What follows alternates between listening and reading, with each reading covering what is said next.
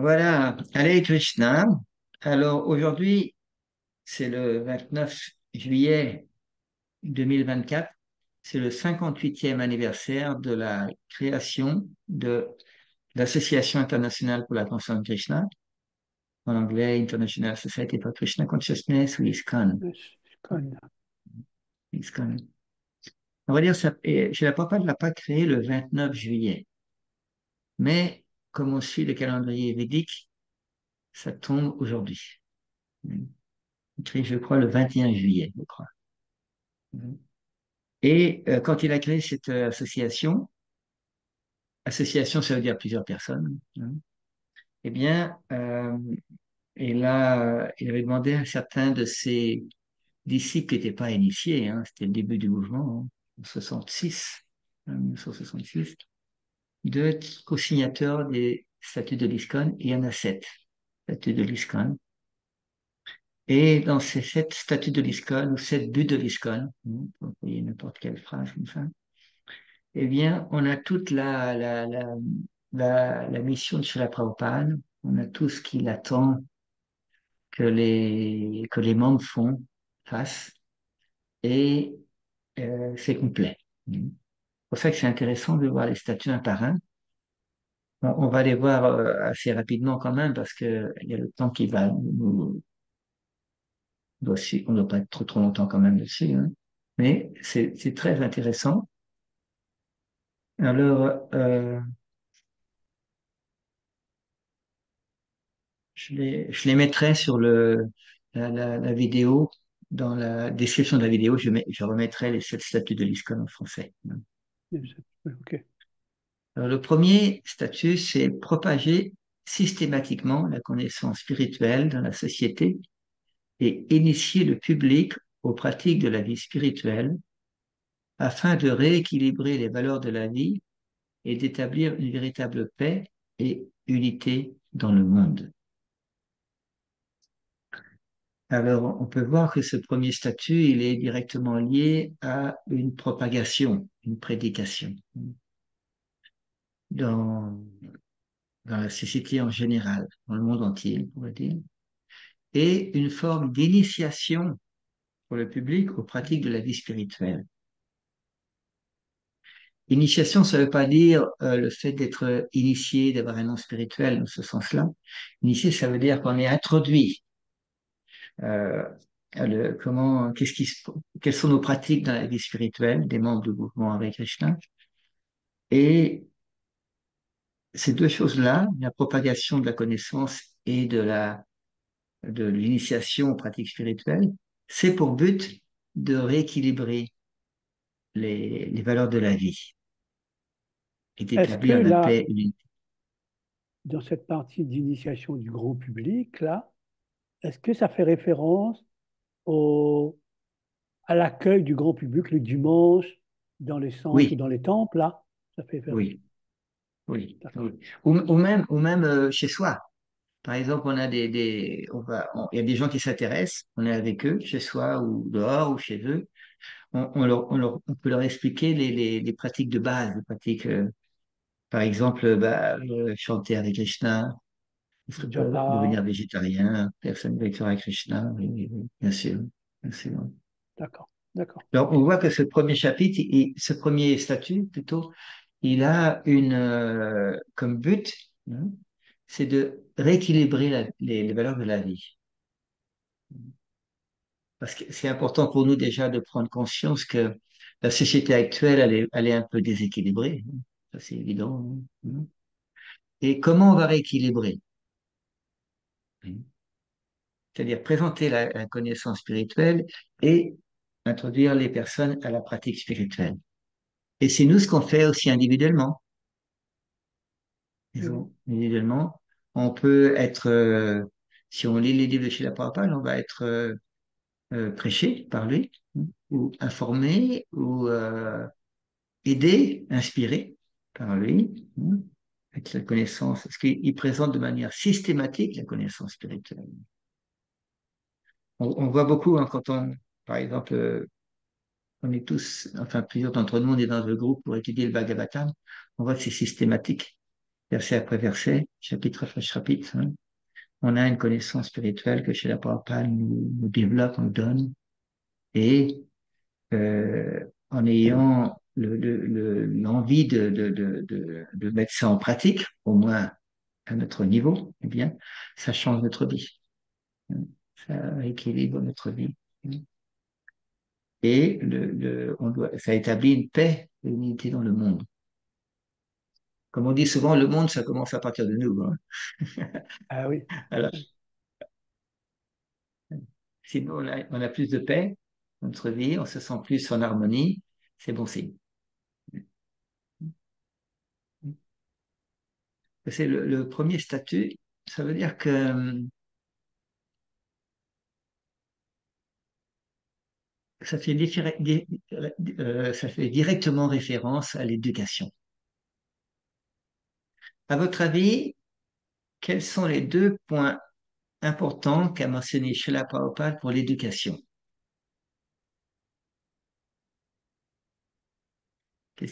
Quand il parlait d'éducation Srila Prabhupada, il parlait de quoi? Au niveau pratique, comment on va faire? Est-ce que ce sont les classes qui existent? euh, j'ai retenu dans le programme de la journée dans un temple, il y a les classes le matin et il y a les classes le soir. Est-ce que c'est Oui. ça? Alors, ça fait partie disons, c'est Srila Prabhupada qui avait instauré ça, que tous les dévots des temples, les dévots et de l'extérieur, bien entendu, si c'est possible, c'est d'avoir une connexion avec les Écritures le matin et le soir. Et dans la journée, il y a plus l'activité de service. Ça fait partie du. Mais Après, ce que fait, oui, le Bhakti Shastri, est-ce que c'est également ça? oui, oui, c'est ça. C'est Les toutes codices les d'école, est-ce programmes. que c'est ça? Oui, oui, oui, oui. Alors, à l'époque de Srila Prabhupada, c'était pas fait comme maintenant, parce que les dévots, la plupart habitaient dans les temples, et les Ouais. programmes, c'était matin et soir. En gros, c'était surtout ça, hein. Puis après, rencontre régulière avec Srila Prabhupada, surtout les dirigeants, hein. Comment on doit appliquer ça, comment on doit inspirer, hein. Mais quand Srila Prabhupada parle d'éducation de manière plus ciblée, on pourrait dire, hein, en dehors du programme spirituel, il fait référence surtout à deux choses. Pour les enfants, ça s'appelle le Gurukul, être à l'école du gourou, hein, l'école du gourou, Gurukul. C'est pour ça que Srila Prabhupada, c'est lui qui a introduit les Gurukuls dans l'ISKCON. Et le premier Gurukul qu'on a eu dans l'ISKCON, c'était à Dallas, aux États-Unis. Et il a institué ça. Alors, il y avait les enfants des dévots, hein, bien entendu, qui étaient là. C'est-à-dire qu'il y avait un grand nombre de familles qui avaient dû déménager au Texas, là, pour mettre leur fils au Gurukul et habiter à côté, on pourrait dire dans les temples, dans les centres à côté. Mhm. Et à un certain moment du mouvement, il y a eu, comme le Gurukul ne suit pas le système, le curriculum du pays, hein, c'est indépendant, il y a eu des plaintes qui ont été faites et il y a eu des difficultés avec le gouvernement américain. Et chez la Mhm. Prabhupada, il a pris une décision claire. Il a demandé que le Gurukul soit changé d'endroit et vienne à Vrindavan en Inde. Et les parents ont posé la question, mais si nos enfants vont à Vrindavan, et nous, qu'est-ce qu'on fait? Mhm. Ah oui. Eh oui, alors chez la Prabhupada, il a dit, bah, vous pouvez venir à Vrindavan. Ça veut dire qu'il a mis l'importance sur le Gurukul. C'est éducation faite par des dévots ou par des personnes qui connaissent les textes des Védas. Il a demandé que l'éducation soit, que les enfants apprennent le sanskrit et l'anglais et un peu de mathématiques. Et après, toutes les Mhm. écritures védiques. Ça, c'est pour les enfants, le Gurukul.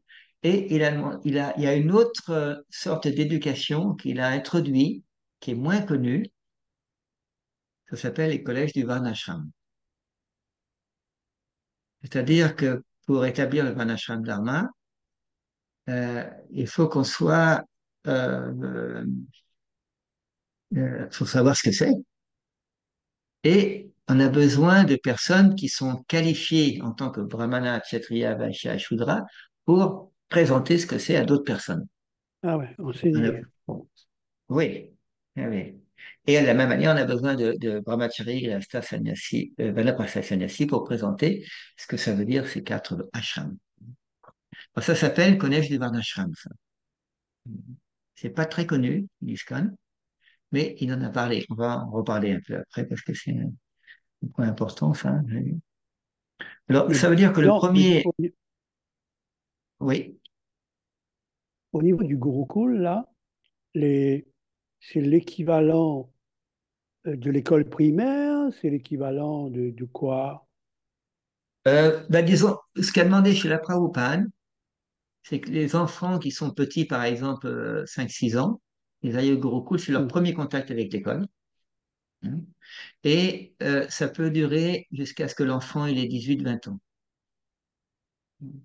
En D'accord, général, on considère qu'une douzaine d'années, c'est le standard minimum pour les études.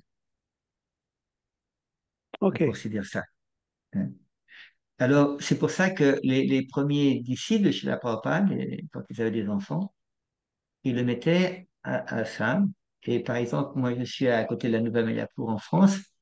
Quand j'ai joint la conscience de Krishna, moi-même, il y avait un Gurukul. C'était le Gurukul pour toute l'Europe. Il y avait des mhm, bâtiments. Je me souviens, quand j'ai joint, il y avait 250 personnes, 1981. Et sur les 250 personnes, il y avait environ pratiquement la moitié qui étaient des enfants qui étaient au Gurukul. On avait ok, bien sûr les enseignants, on avait des dévots qui cuisinaient, on avait des dévots qui s'occupaient de l'ashram, en plus des cours pour leur permettre des dortoirs, apprendre la propreté, laver son linge, toutes ces choses-là. Hein. Donc, aller de temps en temps aussi se baigner, par exemple, pour se détendre. Hein. Bien. mhm, Les mhm. vacances, comme on dit. Ben oui, Alors ça, c'était dans le système du Gurukul. Et c'est encore, il y a un grand nombre de pays ont essayé d'avoir des Gurukuls, mais c'est pas évident parce que tout le monde n'est pas capable d'aller au Gurukul en tant qu'enfant, pour une certaine qualification, on pourrait dire, accepter une certaine principe d'autorité, être à même de vivre avec d'autres personnes. C'est pas tout le monde qui peut le faire ça. C'est pas tous les adultes qui peuvent vivre en communauté. C'est pas tous les enfants qui peuvent vivre en communauté aussi. Hein. Et exactement. puis, Mais là, c'est gratuit, c'est payant, c'est comment, le Gurukul? alors, au début du mouvement, tout était gratuit, comme les cours pour adultes. Hein. Hein. Parce que la culture Ouais. védique, c'est qu'on ne fait pas payer l'éducation. Après, avec le fil du temps, comme dans le mouvement, ça a été dans différents, ça s'est répandu, il y a beaucoup, beaucoup de situations différentes. Et dans l'ISKCON, on a introduit petit à petit des éducations payantes pour enfants, le D'accord. Gurukul, et pour les adultes pour des cours. C'est comme on voit ça même dans les cours actuels, comme Bhakti Shastri. Eh bien, il y a des yatras ou des responsables, des enseignants qui demandent d'être payés pour les cours à l'avance. Et d'autres personnes euh, ne demandent pas ça et reçoivent des donations à la fin des cours. Et c'est le système védique traditionnel. Et là, par exemple, le Gurukul en Inde, lui, pour les enfants, il fonctionne sur ce principe-là ou bien c'est différent? Alors oui, alors ça c'est un sujet aussi délicat parce qu'il n'y a pas beaucoup de Gurukuls maintenant dans le monde. Parce que c'est évident que ça demande une grande coopération entre étudiants et enseignants. Il faut que les enseignants soient quand même à un certain niveau de conscience spirituelle. C'est pas facile d'être en contact avec les enfants. C'est pour ça que tout le monde n'est pas un pédagogue, on pourrait dire. On a eu des difficultés dans l'ISKCON, il y a eu des abus avec des enfants, même abus sexuels, abus d'autorité, qui ont fait en sorte que beaucoup de Gurukuls ont été arrêtés. Alors Ah maintenant, ouais. en Inde, à Mayapur, on a un Gurukul qui demande de l'argent. Et les enfants sont principalement des gens qui sont pas d'origine indienne, principalement d'origine euh, qui parlent russe, on pourrait dire, ou anglais. Hein. Et les gros coups sont en anglais, ils sont inscrits. Mais on demande de l'argent, oui, à l'avance. Et les parents, ils veulent que leur enfant soit des assurances si quelqu'un, mettons, se blesse à l'école. Qui c'est qui prend en charge? Alors, il y a des assurances en Inde, à Mayapur, par exemple. C'est-à-dire que les assurances, c'est les parents qui payent ça. Disons, ce qui est tout à fait logique, c'est Mhm. les parents qui doivent financer l'éducation de leurs enfants. Oui, hein. Actuellement, dans quelques semaines, on aura un autre gros pool qui va s'ouvrir à Mayapur, système beaucoup plus védique, hein. Un petit gurukul avec des enfants plus simples, on pourrait dire, des parents qui ont moins de moyens financiers que le grand gurukul de Mayapur, va se développer plus une approche védique, gratuitement. Mhm. Et les parents ou les bénévoles vont pouvoir faire des donations pour aider à maintenir ça. On a besoin de petits Mhm. locaux, on a besoin d'enseignants.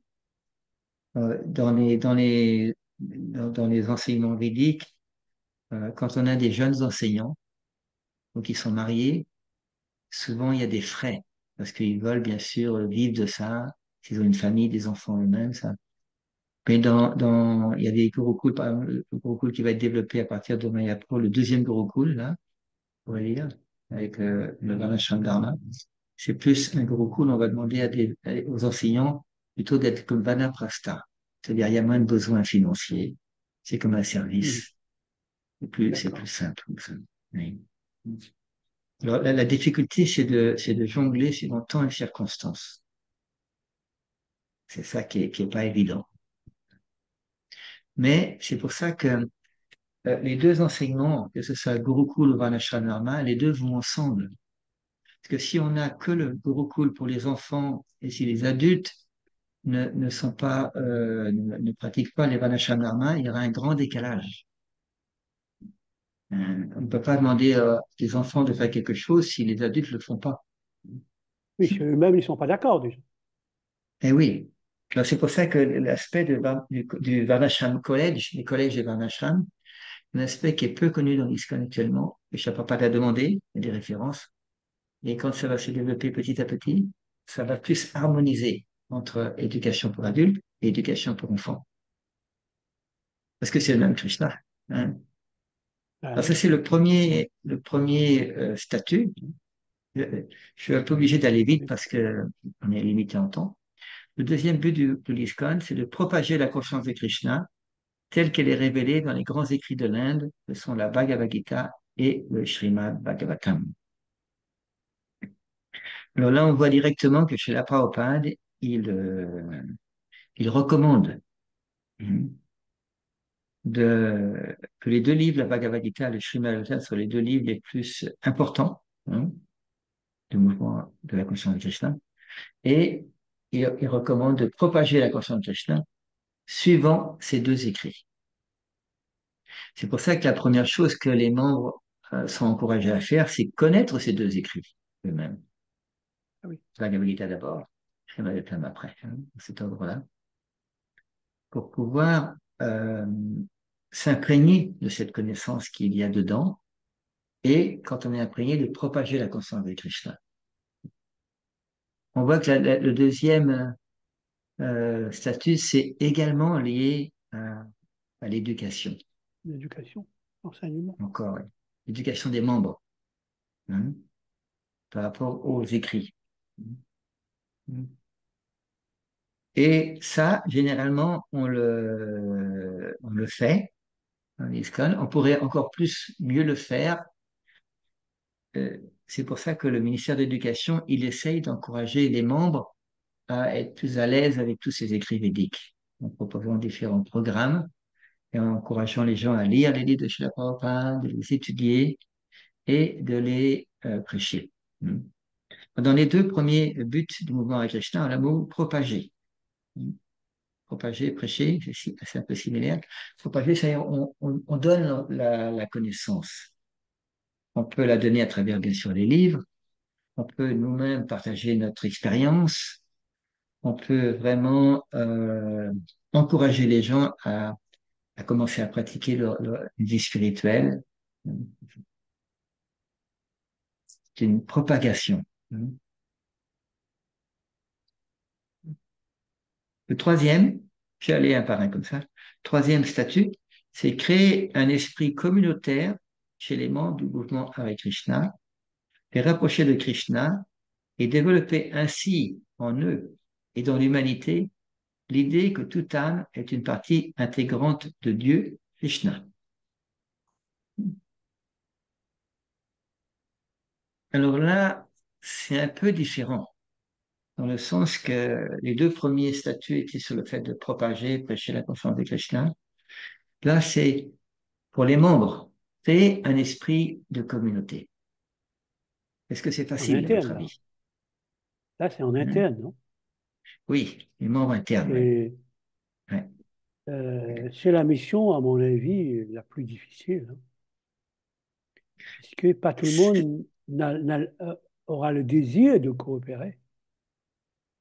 Non, mais c'est important déjà de savoir que ça fait partie de la mission de Shila Prabhupada. Oui, oui, oui, non, C'est un esprit d'accord. communautaire. Alors maintenant, quand on est dans une association, non? Je pense que certains d'entre vous ont déjà été dans des associations. Alors, quand on est un des responsables de l'association, il faut qu'on trouve des moyens pour faire appliquer ce statut pour les membres de l'association. Bien sûr, c'est pas facile. Surtout que le mouvement Hare Krishna, c'est un mouvement de personnes bénévoles, hein, qui habitent dans différents pays du monde, avec différents conditionnements, différentes compréhensions, différents niveaux de pureté également, hein. Mais ça fait partie de ce que Srila Prabhupada a demandé, c'est de créer un esprit communautaire chez les membres. Alors, comment on peut créer un esprit communautaire?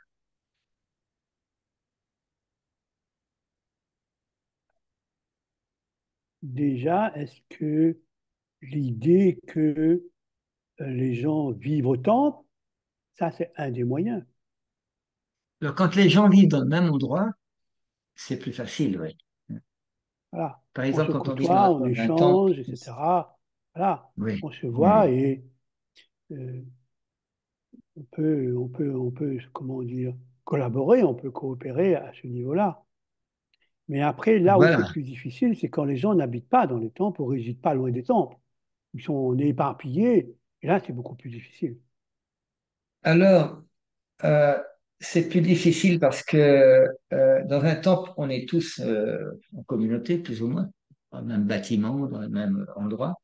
Alors maintenant, si on habite dans des endroits différents, euh, ça veut dire qu'on va pas pouvoir habiter ensemble. Est-ce qu'on peut créer un esprit communautaire sans habiter ensemble ou dans le même lieu? Est-ce que c'est possible? C'est possible, mais il faut encore avoir beaucoup d'enthousiasme, beaucoup plus de motivation que la normale. Oui, oui. Tu avais Krishna Prabhu, je crois que tu voulais parler, hein. Tu avais ouvert le micro, là. Oui, Devarshi Prabhu, merci beaucoup. Oui, je crois que si comme base philosophique, on a les livres de Srila Prabhupada et n'importe où on habite, si on a le même but de la vie, que c'est atteindre à l'amour pur pour Dieu, alors on peut coopérer, on peut avoir le même but, le même objectif comme communauté. Oui. C'est qu'on peut participer à créer cet esprit communautaire. Ça ne veut pas toujours dire habiter en communauté physiquement, les uns avec les autres, mais on peut créer cet esprit. C'est ce que demande chez la Prabhupada. Et il explique, pour développer un esprit communautaire chez les membres du mouvement, les rapprocher de Krishna. Si on a un esprit communautaire, on va se rapprocher de Krishna, ce que dit Srila Prabhupada, et développer ainsi dans les membres et dans l'humanité l'idée que toute âme est une partie intégrante de Krishna. Ça veut dire que, au moins, avec ce statut-là, surtout si on habite un peu, disons, chez soi, sans trop de dévots autour de nous, là, et on peut réfléchir comment on peut améliorer nous-mêmes. Est-ce qu'on peut participer à disons, à améliorer ça dans notre vie et dans le pays où on habite. Il y a un esprit communautaire. Il y a des pays où les gens vivent plus en communauté que d'autres, hein. En France, en général, on n'est pas connu pour habiter en communauté. Non, non, non, non, c'est pas connu pour ça. L'Afrique, hein, beaucoup. Il y a des pays où c'est plus naturel pour eux, oui. Ben, ça La veut dire Mongolie, que tout ça, je pense aussi, hein. c'est pas automatique là-bas quand même non plus, hein. Ça veut dire que c'est un statut qu'a demandé chez la Prabhupada. Alors, on pourrait dire que ça indique pour les dévots qui veulent, comme tu disais, Johnny, que c'est plus facile de vivre, d'avoir un esprit communautaire si on vit en communauté, c'est un peu normal. Ça peut indiquer l'importance de pouvoir créer des communautés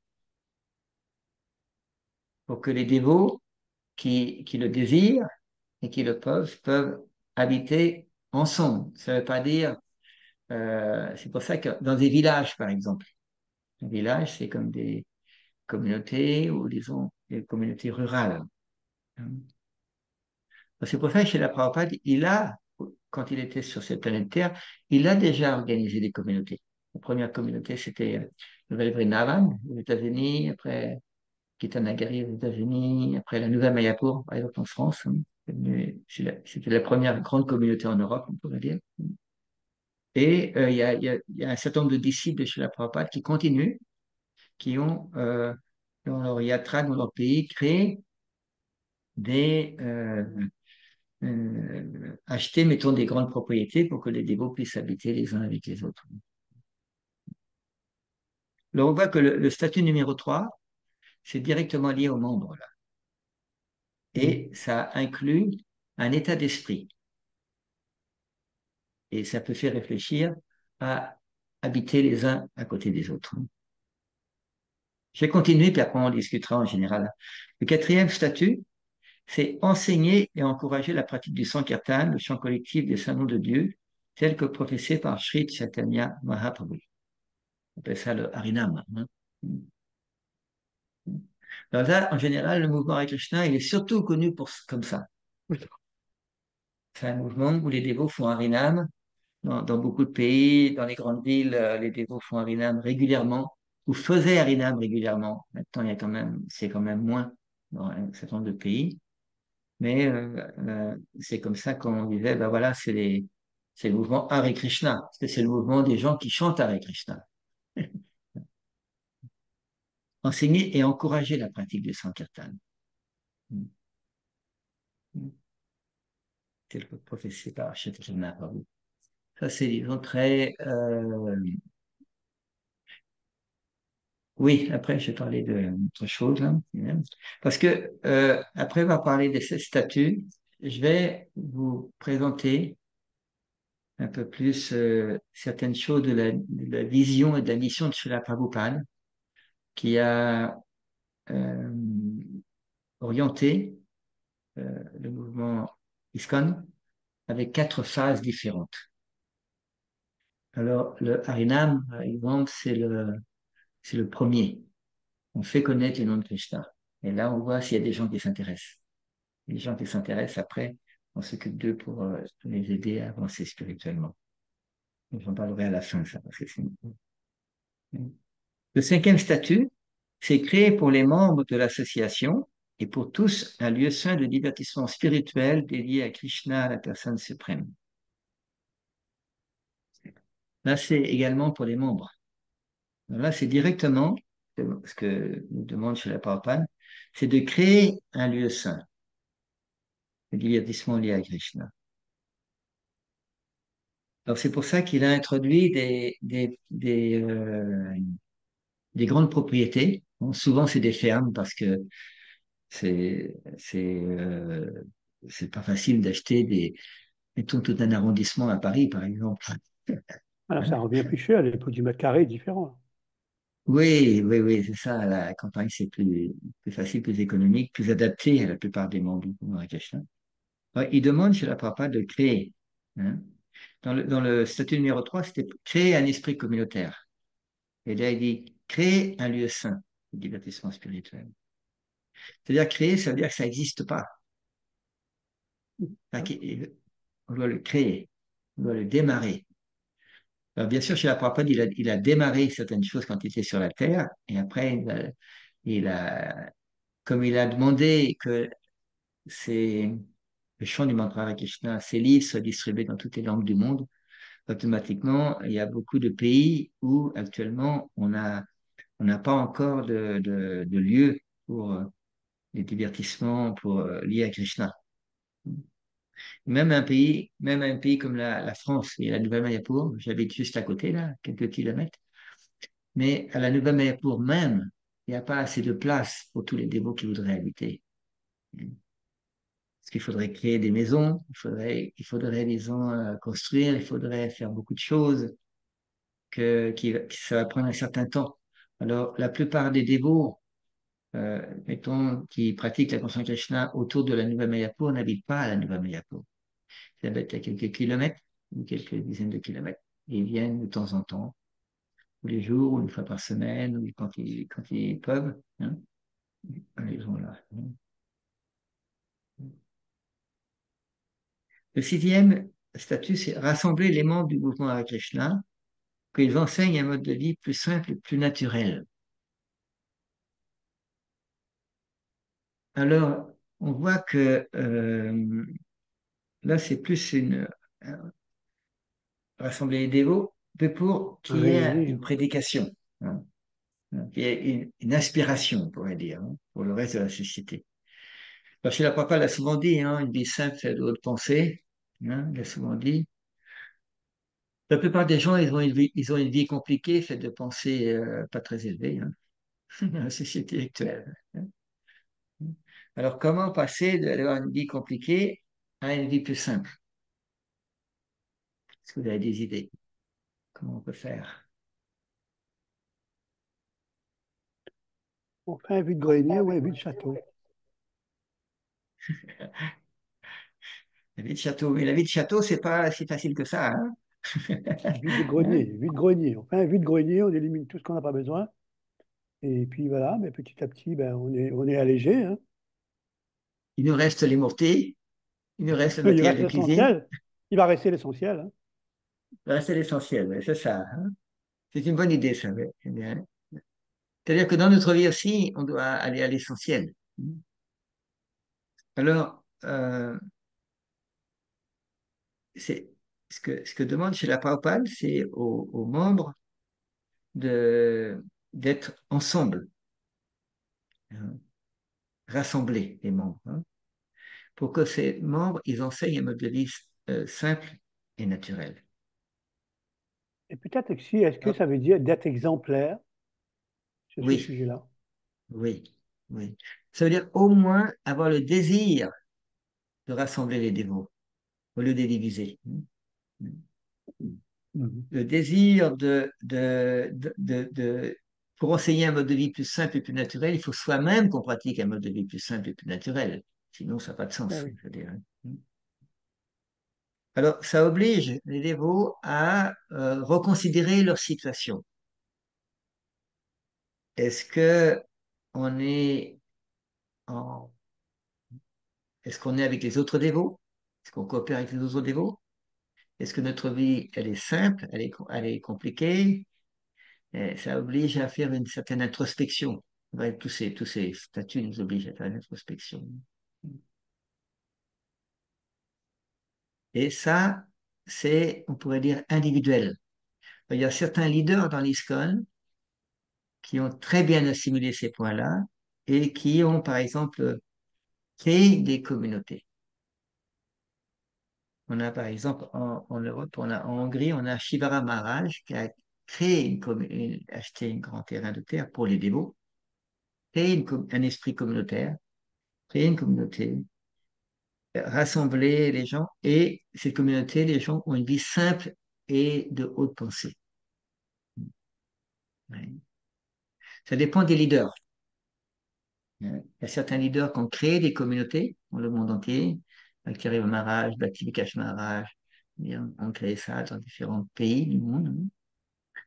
Et d'autres quand il y a des communautés qui sont créées par des dévots aînés, comme ça, des leaders, automatiquement, il y a un certain nombre de dévots plus simples, on pourrait dire, hein, qui suivent leur nature, qui vont avoir envie d'habiter dans des communautés principalement rurales. Principalement rurales. Parce que une des différences entre, quand on parle de ISKCON, le mouvement avec Krishna, c'est un mouvement, il y a hommes et femmes. C'est pas que pour des célibataires. C'est-à-dire qu'automatiquement, il y a mariage et il y a enfant. Et s'il y a enfant, automatiquement, il y a besoin d'éducation, il y a besoin d'aider les personnes à trouver Logement. un métier sur leur nature, hein, c'est-à-dire, hein, tout ça. Hein. Et de l'importance de justement de ces collèges du Varnashram qui vont pouvoir donner aux membres, aux dévots de l'ISKCON la possibilité de, suivant leur nature, de développer une activité professionnelle suivant leur nature et également une situation au niveau de l'ashram, se marier, pas se marier, suivant leur nature. Et je vais lire le septième statut, c'est publier des périodiques, des livres et d'autres parutions afin d'atteindre ces objectifs. Alors là, nous, on a l'habitude, disons, les livres, des livres Bhagavad Gita, Srimad Bhagavatam, les petits livres à distribuer, tout ça, pour atteindre ces objectifs. En même temps, par exemple, certains dévots, après le départ de Srila Prabhupada, ces statuts ont été faits il y a 58 ans, par Srila Prabhupada, récent. Et après le départ de Srila Prabhupada, certains dévots ont, pour atteindre ces objectifs, ont compilé des écrits faits par Srila Prabhupada, mais les mettre en thème, en livre, on pourrait dire comme ça. Comme on a un livre qui s'appelle Speaking About Varnashram, qui a été fait par un ensemble de dévots vers les années 1998, et ça a été coordonné par une dévote qui s'appelle Hare Krishna Devidasi, disciple de Srila Prabhupada, qui a, tout ce groupe de dévots ont compilé tout ce que Srila Prabhupada a dit, par exemple, sur le Varnashram Dharma, sa mission. Parce qu'on voit que ces 7 buts de l'ISKCON, ils sont reliés au Varnashram Dharma. Il y a des enseignements pour la prédication, de manière systématique, avec un but à atteindre. La société doit s'équilibrer. Si on prêche, la société est équilibrée. Et la propagation, les livres, la Bhagavad Gita, le Bhagavatam, l'éducation est là. En même temps, comme la plupart des dévots, ils n'habitent pas dans les temples. Il y a tout ce qu'on appelle la congrégation, qui doit se développer sur les mêmes bases. Parce que qu'on soit un dévot d'un temple, qu'on soit un dévot de la congrégation, qu'on soit un grand leader ou un dévot ordinaire, le mouvement Hare Krishna, tous ceux qui sont membres de ce mouvement, c'est les mêmes buts. Il y en a 7, il n'y en a pas, Ma 8, il n'y en a mission. pas 9, il y en a 7. Et ça, c'est les buts principaux. Après, on peut faire plus, mais ces 7 buts-là, c'est pour toutes les personnes qui sont officiellement membres de la conscience de Krishna. Alors, Alors, il y a un point. moi, j'ai Oui, une petite question là. oui, Comme dans une association qui existe en France, on peut être adhérent, on peut être bénévole, on peut être membre. oui. Alors, par rapport à l'ISKCON, comment ça se déroule? Comment ça se déroule? Bah, ça, c'est un bon point. C'est pour ça que actuellement, il y a des dévots aînés qui sont en train de réfléchir depuis quelque temps quand même à faire une constitution dans l'ISKCON. Qu'est-ce que ça veut dire être membre de l'ISKCON? Est-ce que ça veut dire être initié dans l'ISKCON?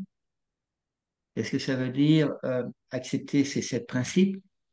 Est-ce que ça veut dire être actif dans la mission? C'est ça la question. Hein. Alors, pour l'instant, on n'a pas de constitution. Pour l'instant, on a 7 statuts que la plupart des dévots ne connaissent pas. C'est un problème. Hein. Alors, après, on dit, bah oui, l'ISKCON, on fait Harinam, on prêche. Oui, c'est une partie, bien sûr. Qu'est-ce qu'on fait pour les membres? comment on peut maintenir les membres de l'ISKCON?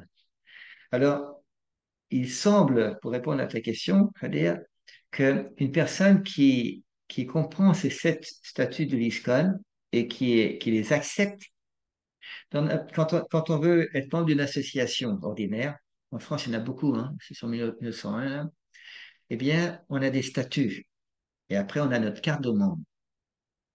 Les membres votants, membres, je dirais, passifs, membres actifs, membres du conseil d'administration, président, tout ça. Là. Et après, on a des bénévoles qui ne sont pas membres. Ils viennent donner un coup de main hein, quand ils veulent, quand ils peuvent. Hein.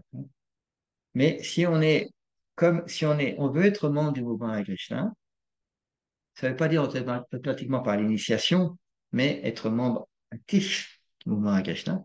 Bien, les membres actifs, ils doivent bien entendu suivre ces 7 principes, ces 7 buts, et eux-mêmes euh, changer leur vie pour pouvoir se rapprocher de ça et appliquer ça. Et les membres vraiment actifs, c'est les membres qui appliquent ces 7 statuts de l'islam. C'est ça. Alors, un des points qui va peut-être nous aider à comprendre un peu ça, c'est que je faisais référence tout à l'heure à que Srila Prabhupada, il a, euh, il a structuré l'ISKCON de manière systématique et scientifique. Avant de créer l'ISKCON, Srila Prabhupada, il a créé ce qu'on appelle la Ligue des dévots. Il explique ça dans la biographie. Il a fait ça à Jhansi, au nord de l'Inde, avec des, des statuts très similaires. C'était pas exactement sous le même. Que ça, c'est les statuts suivant c'était fait à New York. Voilà, c'est les statuts qui représentent une institution créée aux États-Unis. En Inde, ça peut être un peu différent, quand on crée une association. Alors, quand il a créé la Ligue des dévots, c'était c'était les mêmes demandes, on pourrait dire, pour les membres, mais c'était pas présenté exactement pareil. Et il a utilisé, il a parlé de ça dans certaines lettres qu'il a fait. Par exemple, au docteur Patel. C'était en 1954. C'est avant de créer l'ISKCON, avant de créer la Ligue des dévots. Et là, il explique qu'un mouvement spirituel, il y a 4 étapes à faire. Alors, on appelle ça les 4 mouvements dans le mouvement ISKCON. Il avait pensé ça avant de créer l'ISKCON. Et la lettre, je pourrais donner les références après parce qu'on peut la lire, on l'a traduite en français également. C'est très important ça. Et il a fait un autre manuscrit. C'est pas un livre, hein, mettons, il y a une quinzaine de pages, 15-20 pages. Il s'appelle Gita Nagari. Où là, il développe ça avant d'avoir créé l'ISKCON, tout ça. C'est-à-dire que c'est pas il est arrivé aux États-Unis et puis il s'est dit, bah voilà, maintenant il y a quelques dévots là, il faut que je crée une association pour le gouvernement américain. Non, il a planifié tout ça avant. Et dans ce mouvement général, mouvement spirituel que Srila Prabhupada a voulu créer et a créé, il y a 4 phases. Alors la première phase, on en a parlé tout à l'heure, la lettre de Dr Patel, c'était en 1949. Il a écrit. Hein. Et puis, l'essai qu'il a fait, la dissertation sur Gita Nagari, c'est en 1956. Je fais une erreur. 1956, oui. Alors, ces 2 documents, et ils vont nous expliquer euh, la vision de Srila Prabhupada par rapport à comment établir la spiritualité dans le monde. C'est très intéressant à lire, hein, je veux dire, parce que euh, tous les grands acharyas, ils ont la vision spirituelle, vous voyez. Et eux, ils créent des institutions. Nous, on est des membres ordinaires, on n'a pas toujours la vision spirituelle, mais on a juste besoin de suivre la vision spirituelle de quelqu'un, comme chez la parole. Alors, dans ces 2 écrits, hein, la lettre 1949, l'auteur Patel et la dissertation Gita Nagari 1956, il nous présente les 4 mouvements pour établir un mouvement spirituel pour l'humanité entière. C'est-à-dire les membres et les non-membres. Et là, la première phase de ces 4 mouvements, c'est le mouvement de Sankirtan, qui consiste à répandre le saint nom de Krishna à travers le Harinam et également la distribution des livres. Alors là, en général, c'est dans l'ISKCON, on a beaucoup fait ça. On continue à le faire. Hein. On, on allait dans les rues, faire Harinam et distribuer des livres. Puis après, on a distribué des livres, mettons porte à porte, des choses comme ça, différentes approches. Hein. Alors ça, c'est la première phase de ce mouvement de Ça peut Sankirtan. être C'est le répandre. lancement d'un produit, ça peut être le Oui, lancement d'un produit ou le, le communiquer qui on est, quoi, ce qu'on fait. oui. Qui on est, qu'est-ce qu'on suit comme philosophie, hein? Qui c'est le Dieu qu'on adore, hein, Krishna. Hein? C'est la première étape, on fait connaître. Hein, hein, hein. Alors, ça a amené beaucoup de gens à être en contact avec le mouvement Hare Krishna. Ça a amené beaucoup de gens à être curieux, de venir au centre ou au temple, où si les gens ils prenaient des livres, de les lire, et puis d'essayer de savoir comment on les applique. Alors ça, c'est la première phase. Et c'est ça que chez la Prabhupada, il a vraiment établi quand il était sur la planète Terre. Et après, ça continuait. Ouais, quand j'ai joint, c'était ce mouvement-là vraiment qui était le plus en évidence. Hein. Hein. Parce que ça amène du monde. Les gens qui sont en recherche, les gens qui sont curieux, les gens qui sont touchés par le Sanon, par la Gita ou le Bhagavatam, vont être attirés. Et ils vont venir sans poser des questions. On va dire, hein. Alors, c'est ça qu'il a commencé chez la Prabhupada. On répand le Sanon et la littérature. Après, dans la même guidance que ça, et la littérature, après, on fait des choses pour que les gens étudient la littérature. C'est pour ça qu'on a des programmes comme Bhakti Shastri, comme ça. C'est dans la même lignée. Hein. Alors, le deuxième mouvement qu'a fait chez la Prabhupada, c'est le mouvement qu'on appelle l'adoration des murtis, qui ont besoin de nous introduire au fait d'avoir des temples. Quand, par exemple, on distribue des livres, on fait Harinam, après, il y a des gens qui sont intéressés, on va les amener où, les gens? On peut les amener, bien sûr, chez soi, on peut les amener louer une salle pour faire un programme, mais quand on veut quelque chose de sérieux, il faut qu'on amène les gens, surtout que le mouvement Hare Krishna, il est quand même lié à l'adoration de Radha Krishna. Il faut faire des temples, il faut qu'on ait des temples. Et là, on va amener les gens à venir voir, pratiquer éventuellement, et éventuellement rester. Hein. Alors, Srila Prabhupada a directement écrit, par exemple, dans cette lettre au docteur Patel en 1949, hein, c'est-à-dire, hein, ça, je vais juste le traduire là, hein, c'est directement ce qu'il a écrit là. La seconde étape est de faciliter l'entrée dans les temples aux personnes et d'introduire le mouvement de l'adoration des temples. Parce que ça, il va montrer dans un sens véritable hein, que le mouvement il est culturellement théiste.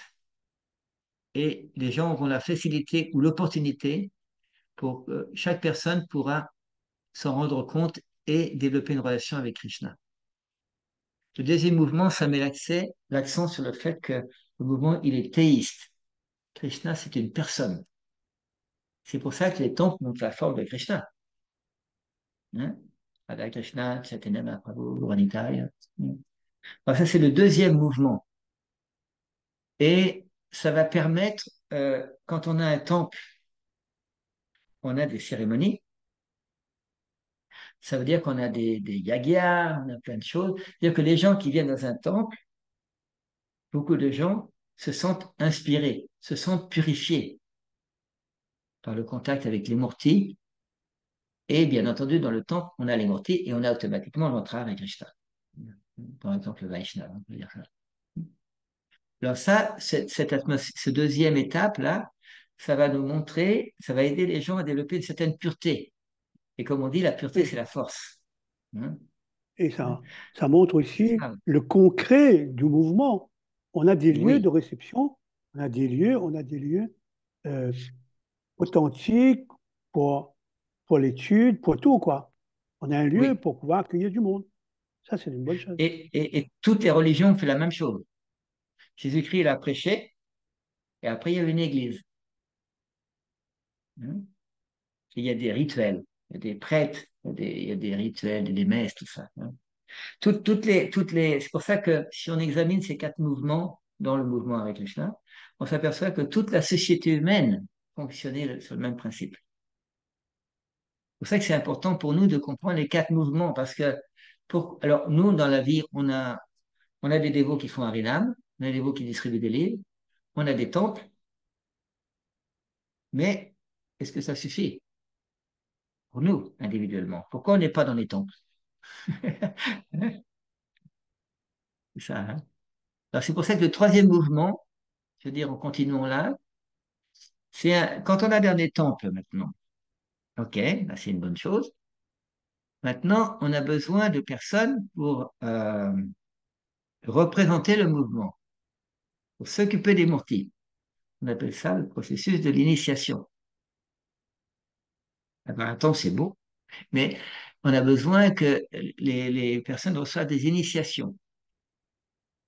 Alors, je n'ai pas d'expliquer, justement, toujours à ce docteur Patel, là, que le troisième étape dans un mouvement spirituel, il faut organiser pour que les gens de le monde entier puissent prendre intérêt dans ce mouvement. Et de la même manière, Mahatma Gandhi, il a fait la même chose son recommandation, quand il a euh, voulu que les Indiens soient indépendants, que l'Inde redevienne indépendante, pas dépendante de l'Angleterre.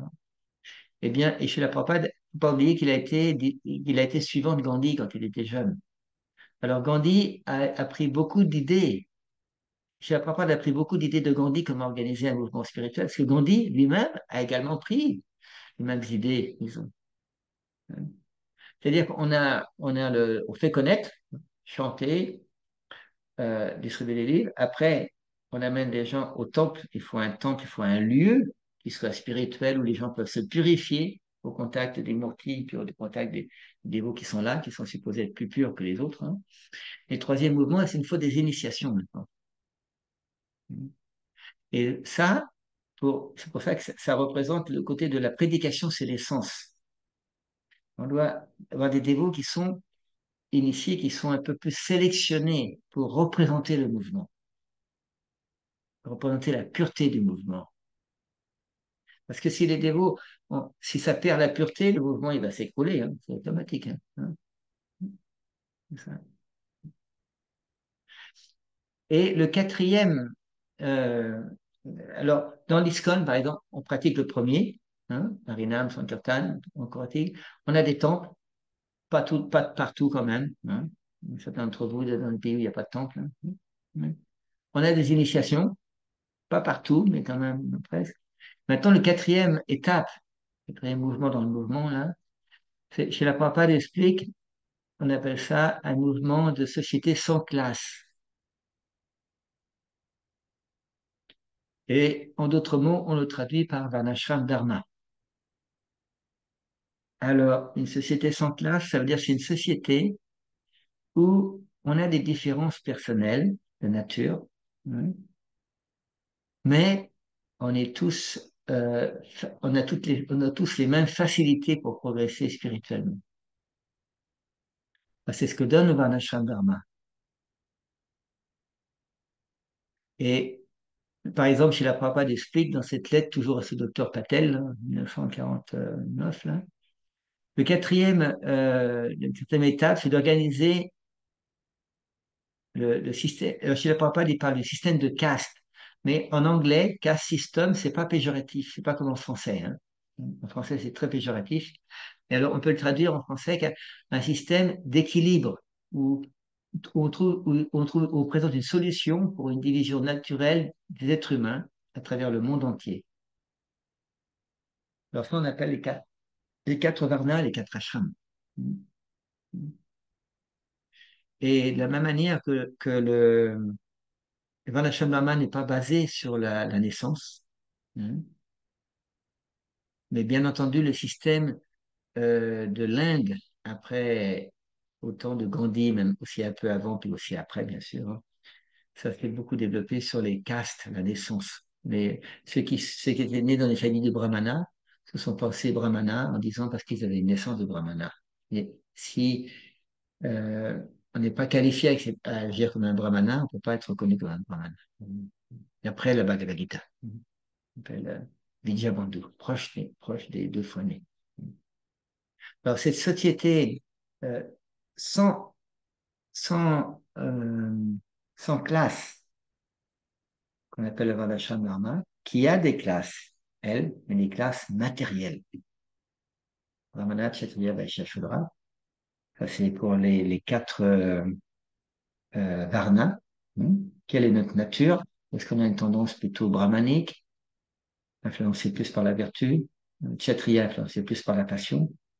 Vaishya, influencée plus par l'ignorance. Et Shudra, influencée plus par l'ignorance. Ça, c'est une manière de voir. Après, il y a d'autres manières de voir suivant les activités personnelles, les gens, l'intérêt des gens. Le brahmana, il étudie et il enseigne. Le kshatriya, il protège la société, principalement les êtres humains. Les vaishyas protègent les animaux, principalement les vaches. Et les shudras, ils aident les autres trois classes. Il y a différentes manières de voir comment ça fonctionne. Mais c'est ça. Et euh, Srila Prabhupada, à la fin de sa vie, hein, avant de quitter cette planète, il a expliqué qu'il avait fait que 50% de sa mission. C'est-à-dire qu'il a introduit le premier mouvement, Harinam Sankirtan, il a introduit des temples, des centres, il a introduit des initiations, ça c'est les 50%, mais il n'a pas introduit les 50% qui manquent, c'est-à-dire le Varnashram. Alors, il n'a pas eu le temps de le faire. Les autres acharyas ont également parlé, Bhaktivinoda Thakur, Srila Bhaktisiddhanta ont également, ils ont mentionné beaucoup sur l'importance du Varnashram Dharma, à tel point que Srila Bhaktisiddhanta, je veux dire, non, Srila Bhaktivinoda Thakur, pardon, dans un de ses ouvrages qui s'appelle le Chaitanya Shikshamrita, il a expliqué que l'être humain, il cherche le bonheur. Alors, le bonheur, on peut le trouver à quatre niveaux, physique, mental, émotionnel et spirituel. Et les trois premiers niveaux, physique, mental, émotionnel, sont directement liés au Varnashram. Directement. Comment être en bonne santé? On a l'Ayurveda, bien sûr. Comment être en bonne santé mentale? C'est-à-dire, disons, avoir des pensées spirituelles, être inspiré à nous mettre en pratique l'enseignement de la Bhagavad Gita du Srimad Bhagavatam. La santé émotionnelle, donc si mettons d'être satisfait avec des amis, si on veut se marier, il faut se marier, si on veut être célibataire, il faut être célibataire. Tout ce côté émotionnel-là doit être satisfait avec le Varnashram Dharma. Et on a le côté purement spirituel, l'âme, avec la bhakti. Ce quatrième principe, là, ce quatrième, il nous montre que l'utilité, c'est le principe. Et dans notre vie personnelle, on peut avoir la plus grande philosophie du monde, mais si on ne sait pas comment l'utiliser dans notre vie personnelle, on va être frustré, on va être incomplet.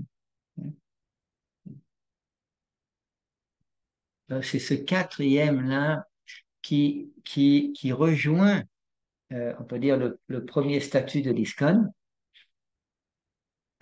c'est-à-dire propager de manière systématique la connaissance spirituelle pour tout le monde.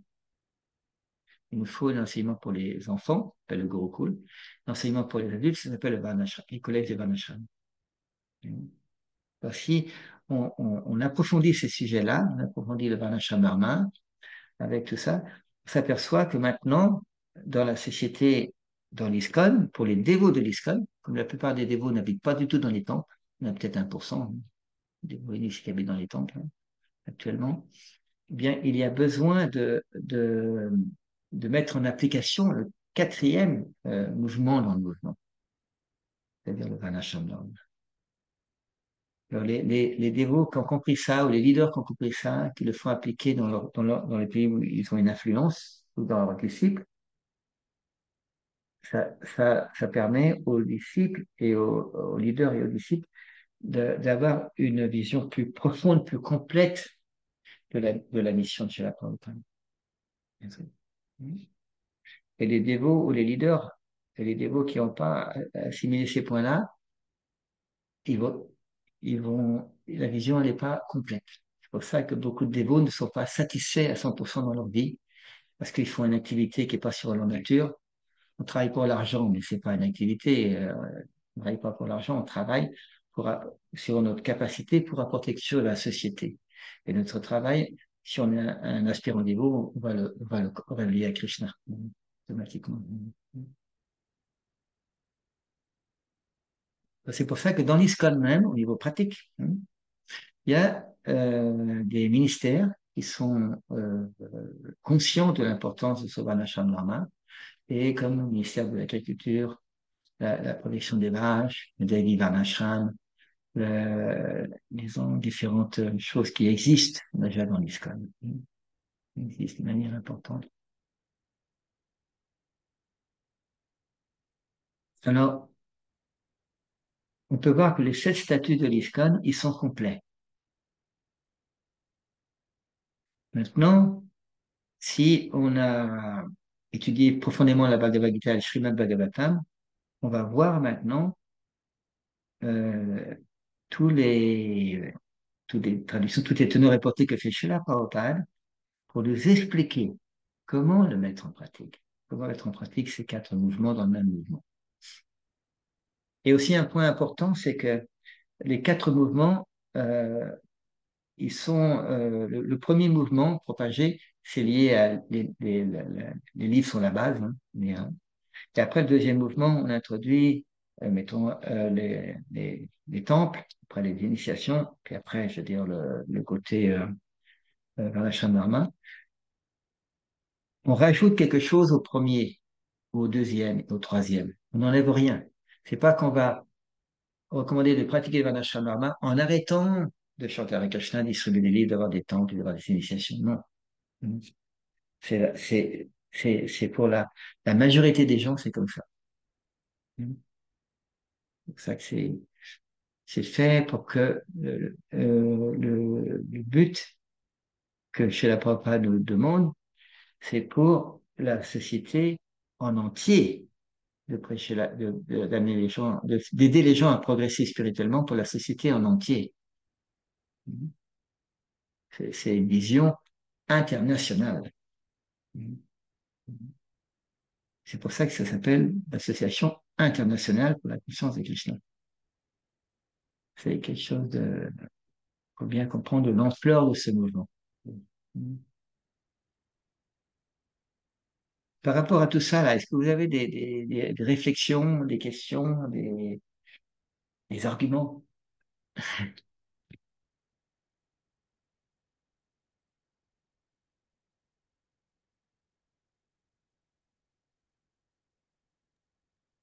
Oui, Prabhu, moi j'allais demander, est-ce que la protection de la vache et l'agriculture, on la trouve où dans les statuts? Bah justement, tu vois, on explique, c'est pas expliqué là. C'est comme par exemple la dissolution de Prashadam. Hein? Hein? Food for Life, tout ça, c'est pas expliqué. Les restaurants, c'est pas expliqué dans les statuts. Mais on peut dire que par développement, hein, parce que si, mettons, on propage la connaissance spirituelle dans la société sur les bases de la Gita et du Bhagavatam, automatiquement, les vaches doivent être protégées. C'est le rôle des Vaishyas. C'est automatique. Hein. Et c'est pas expliqué noir sur blanc. Hein. Et c'est pour ça que c'est important de connaître ces 7 statuts et de voir nous-mêmes comment on les comprend. Parce que souvent, c'est on a d'autres préoccupations. On a des dévots, par exemple, qui sont intéressés par dissoudre le prashadam, avoir des restaurants. C'est pas disons, c'est pas dans les statuts. On peut dire que c'est en plus, si les gens ils pratiquent les 7 statuts et en plus, mettons, ils distribuent du prashadam, c'est vraiment bien. Mais la base, le côté important, c'est de pratiquer ce que nous demande chez la Prabhupada dans les 7 statuts. Probablement, à un certain moment, quand les gens, peut-être pas rapidement, mais quand quelqu'un va vouloir devenir membre de l'ISKCON, normalement, ça serait bien de lui montrer les statuts et si la personne veut être membre de l'ISKCON, bah, qu'elle s'engage à respecter ces 7 statuts.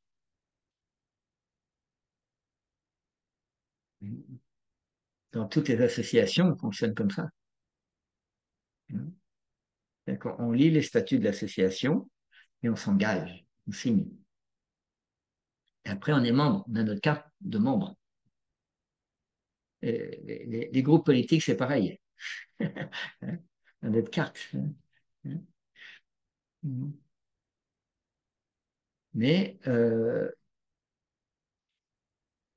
j'espère que quand quand le dévot est né ou quand il y aura une constitution qui sera faite dans l'ISKCON, comme automatiquement, je veux dire,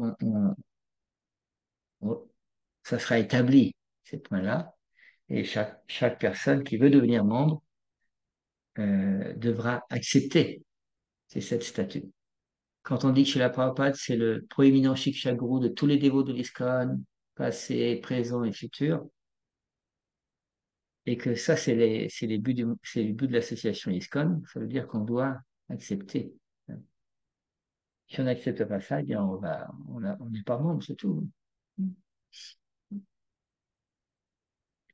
Oui, Et on Prabhu, on voit que, dirait peut-être pardon, oui, on dirait vas-y. peut-être que le dernier point des statuts, c'est celui qui est le plus pratique, non? Qui nous encourage à faire quelque chose de pratique. Oui, publier des livres, une parution. Le premier aussi, propager la connaissance spirituelle à tout le monde et introduire les gens à la pratique spirituelle. Ça, on le fait. Et le dernier, c'est aussi avec les livres. Mais si du statut 2 à 6, on nous parle de créer un esprit communautaire, quels sont les livres qui vont nous aider à créer un esprit communautaire? On nous parle au 5, créer pour les membres de l'association un lieu de divertissement. Quels sont les livres qui vont nous aider à créer ça? Là, on a besoin d'études un peu plus thématiques, un peu plus ciblées. Et oui, on a tout dans les livres de Srila Prabhupada. Mais si on n'a pas une vision large avec les 7 statuts, on a une vision étriquée avec nous ce qu'on pense qui est important. Soit c'est que Sankirtan qui est important, soit l'adoration des temples c'est important, le reste c'est pas important. On a tendance à être comme ça, ou on avait tendance à être comme ça. Et maintenant, pour les gens qui viennent, la plupart des gens qui joignent le mouvement Hare Krishna, ils vont dans les temples juste quelques jours ou quelques heures, quelquefois que pour l'initiation. C'est-à-dire qu'ils ne sont pas ils n'ont pas la même formation.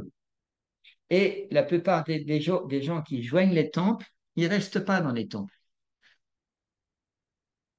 Ils restent quelques semaines, quelques mois, quelques années, et après ils partent. Et maintenant, les temples ne sont pas assez grands pour avoir tout le monde. Hein? Hein? Ça veut dire que cet aspect de comment organiser la vie des gens qui ne sont pas dans les temples, eh bien, c'est ce quatrième mouvement, suivant notre nature personnelle, nos varnas, nos ashrams. Est-ce que les temples font ça de manière systématique? Est-ce que tous les leaders font ça avec les gens avec lesquels ils ont une influence, c'est-à-dire leurs disciples ou leurs suivants? Certains le font, d'autres ne le font pas beaucoup. C'est la réalité. Et chaque membre, il a droit, quand on est vraiment membre d'une association, vous voyez, on a des droits et des devoirs. On a des droits. Chaque membre de l'association est en mesure d'exiger que l'ISKCON suive cette statue. Et chaque membre a le devoir de faire sa part là où il est. Oui, Johnny, vas-y, tu as levé la main. Alors, ce que vous venez de dire, ça veut dire qu'il y a un manque d'uniformité, quel que soit l'endroit où on y va, quel que soit l'endroit où on est, sur la mise en pratique et la mise en application de ces missions-là. Oui, parce que c'est une association internationale. Et c'est les mêmes statuts pour tout le monde. Alors, maintenant, quelle est la marge de manœuvre des personnes qui doivent les faire appliquer, si tant est qu'ils ont la compétence de faire appliquer? Alors, pour faire appliquer ça, il faut d'abord comprendre les 7 statuts.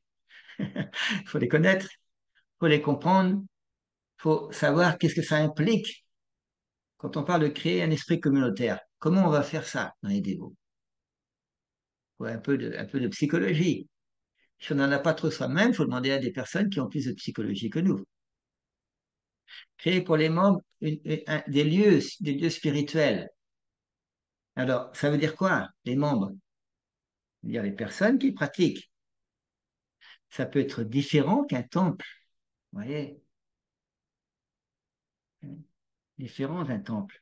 Créé, par exemple, dans la plupart des pays du monde, les- beaucoup de dévots ont quand même un certain, ne sont pas des mendiants, on va dire. Beaucoup de dévots ont quand même une certaine possession, ou de l'argent.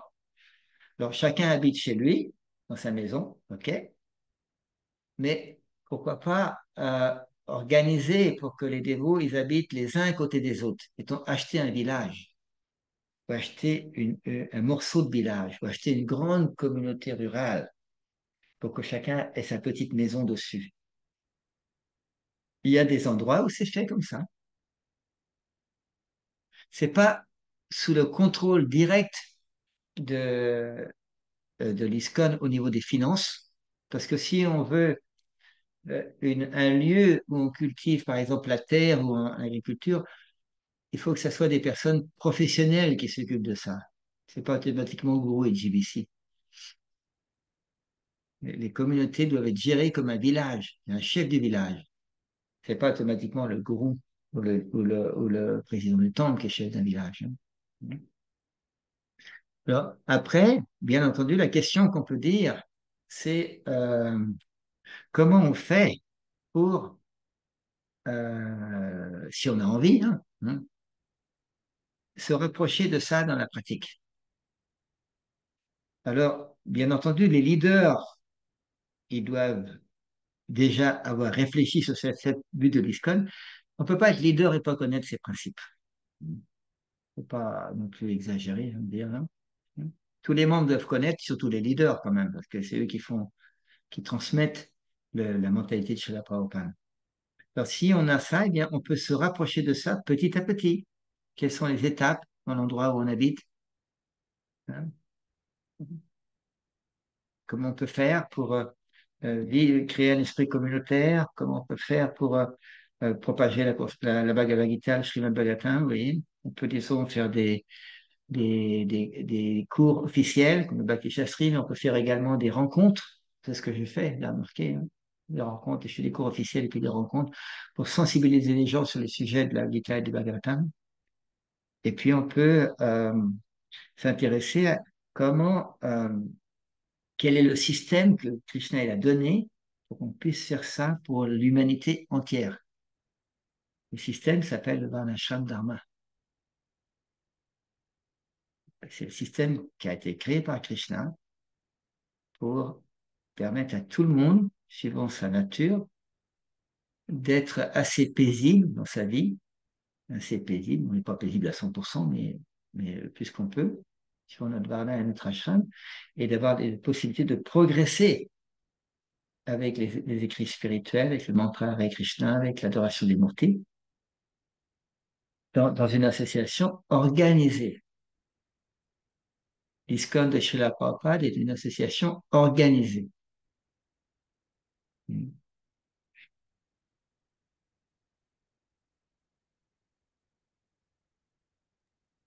si je dois résumer quelque chose, la faute, elle est, pour ne pas que ça soit euh, parfait, elle est des deux côtés. De ceux qui gèrent l'organisation et de ceux qui demandent à être impliqués. Oui, oui. C'est-à-dire que l'organisation ISKCON, elle est simple. C'est-à-dire que chez le Prabhupada, c'est l'acharya fondateur et les leaders qui le représentent doivent faire appliquer la mission de Srila Prabhupada. C'est simple.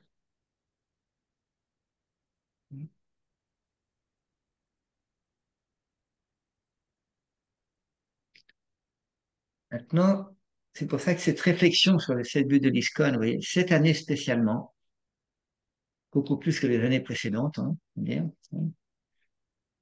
C'est pas parce que c'est le 58e anniversaire, mais enfin, c'est comme ça.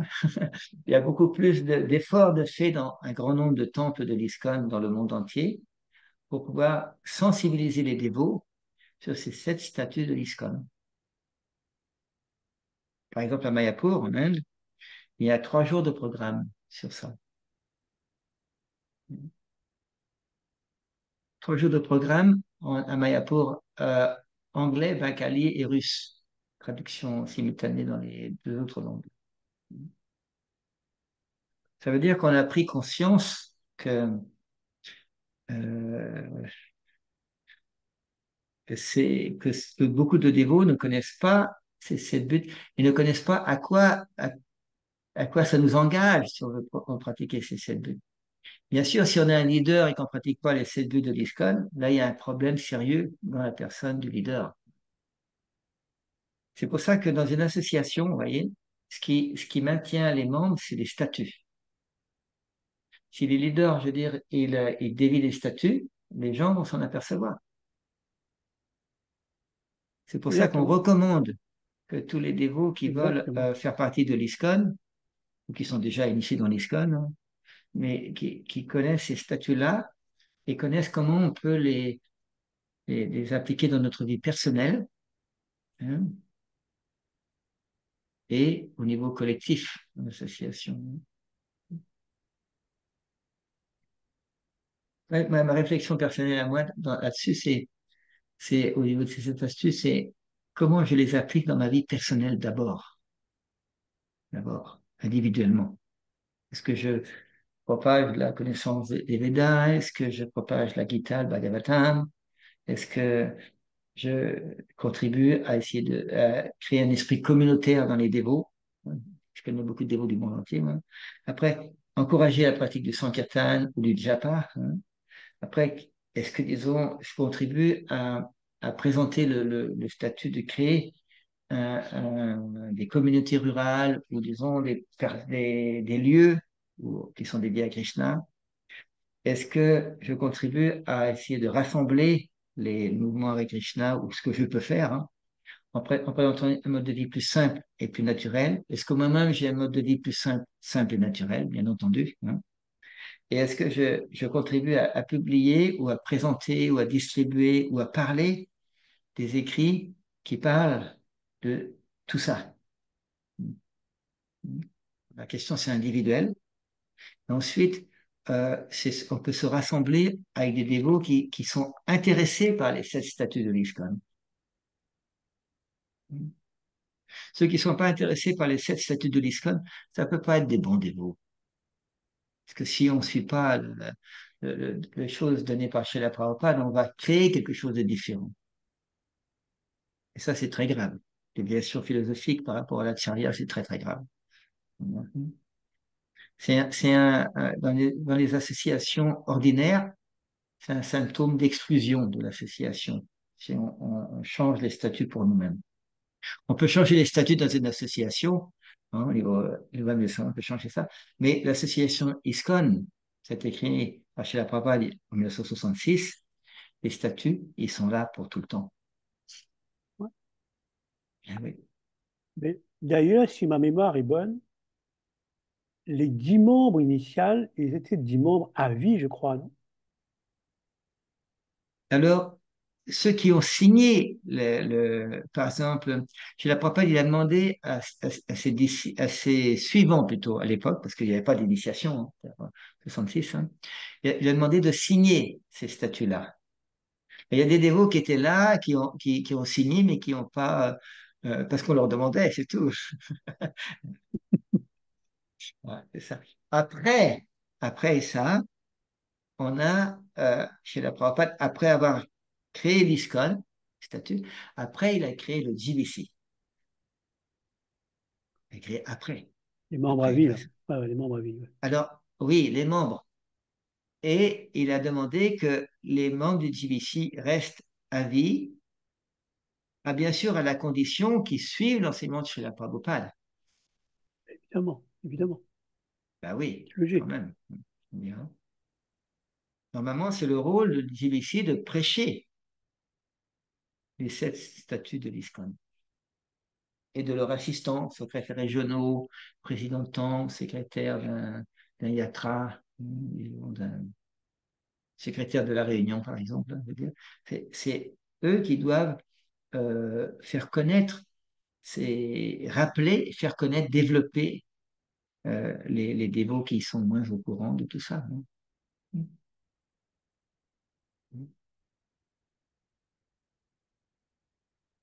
Autrement, si le mouvement avec Krishna, il a des statuts, mais si on ne les utilise pas, qu'est-ce qu'on fait alors? Avec l'ISKCON, on fait ce qu'on veut?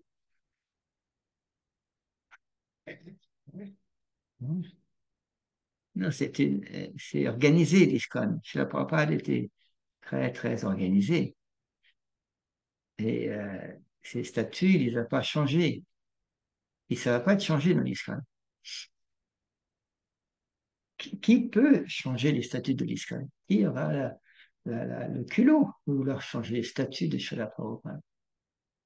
De la même manière, qui aura le culot de changer les livres de Srila Prabhupada?